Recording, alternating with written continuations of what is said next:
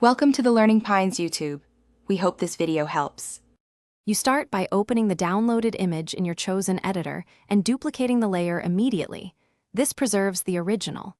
Once done, inspect the text area to see if it's rasterized or vector. If the file is PDF or has vector text, export or convert to an editable format like PSD or SVG. Make sure to note font style and size now so you can match it later. If unsure, take a quick screenshot of the text area for reference before making edits. Next, remove the existing text using precise selection and content-aware fill or clone stamping to rebuild the background. Small patches blend better than large ones.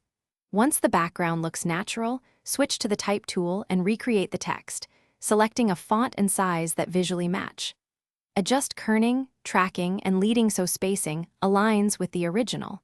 If the original used effects like drop shadow, replicate them with layer styles. Remember to work in separate text layers. Finally, refine your edit by zooming in and adjusting color balance, contrast, and layer opacity so the new text blends naturally.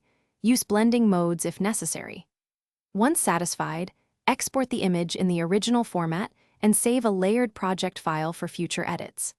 If things look off, sample the background color with the eyedropper, recheck font metrics, and nudge the text position by single pixels until it aligns. One key troubleshooting tip: revert to the duplicated layer and try a smaller remove.